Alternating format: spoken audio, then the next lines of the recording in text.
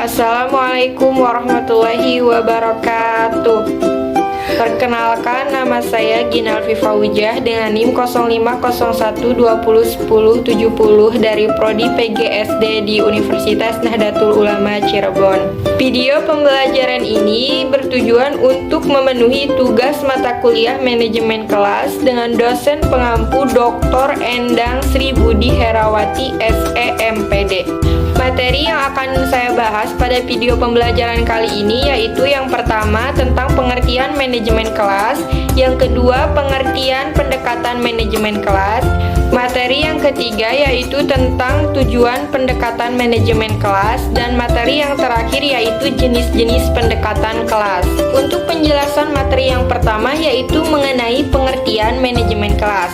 Manajemen kelas yaitu upaya mengelola siswa di dalam kelas yang dilakukan untuk menciptakan dan mempertahankan suasana atau kondisi kelas yang menyenangkan, sehingga dapat menimbulkan, membangkitkan, serta mempertahankan atau memelihara motivasi belajar siswa agar dapat senantiasa untuk melibatkan diri secara aktif pada saat kegiatan belajar mengajar berlangsung. Setelah kita mengetahui apa itu manajemen kelas, selanjutnya kita harus tahu apa itu pendekatan manajemen kelas. Pendekatan manajemen kelas dapat diartikan sebagai cara pandang seorang guru dalam kegiatan pengelolaan kelas. Nah, cara pandang tersebut kemudian dijadikan sebagai pedoman bagi seorang guru dalam mengelola kelas tersebut.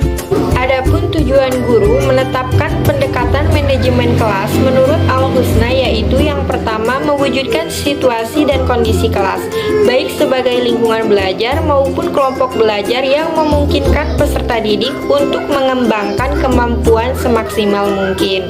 Yang kedua yaitu menghilangkan berbagai hambatan yang dapat menghalangi terwujudnya interaksi belajar mengajar. Yang ketiga yaitu menyediakan dan mengatur fasilitas serta sarana belajar yang mendukung dan memungkinkan peserta didik belajar sesuai dengan lingkungan sosial, emosional, dan intelektual peserta didik dalam kelas. Yang keempat yaitu membina dan membimbing sesuai dengan latar belakang sosial, ekonomi, budaya, dan sifat-sifat individunya. Materi selanjutnya yang akan saya bahas yaitu mengenai jenis-jenis pendekatan kelas. Jenis-jenis pendekatan kelas ada 10. Yang pertama yaitu pendekatan pengubahan perilaku. Pendekatan pengubahan perilaku didasarkan pada prinsip-prinsip psikologi behaviorisme. Prinsip utama yang mendasari pendekatan ini adalah perilaku merupakan hasil proses belajar. Prinsip ini berlaku baik bagi peserta didik yang sesuai ataupun peserta didik yang menyimpang. Pendekatan yang kedua yaitu pendekatan otoriter. Pendekatan otoriter memandang bahwa manajerial kelas sebagai suatu pendekatan pengendalian perilaku peserta didik oleh guru. Pendekatan ini menempatkan guru dalam peranan menciptakan dan memelihara ketertiban di kelas dengan menggunakan strategi pembelajaran. Pendekatan yang ketiga yaitu pendekatan intimidasi. Pendekatan intimidasi adalah pendekatan yang memandang manajemen kelas sebagai proses pengendalian perilaku peserta didik. Pendekatan yang keempat yaitu pendekatan permisif. Pendekatan permisif adalah pendekatan yang menekankan perlunya memaksimalkan kebebasan siswa.